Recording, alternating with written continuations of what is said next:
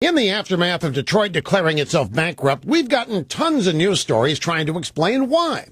Some blame the city for depending too heavily on the auto industry. Others identify the race riots of the 60s as a turning point. And then there's the obvious, the heavy burden on the city of enormous pensions of long-retired workers. You've heard the horror stories about current conditions. For the residents who remain, it can take an hour for the cops to respond to a 911 call. About 10,000 vacant houses have been razed, but tens of thousands still stand, abandoned and vandalized.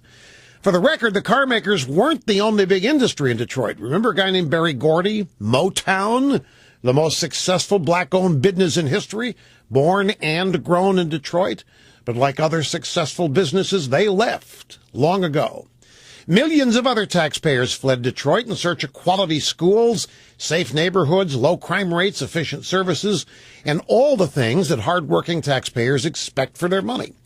The news story you won't read in the drive-by media is the one that puts the root cause of Detroit's collapse where it belongs, and that's on institutional liberalism. For over half a century, every government policy liberals love was implemented there.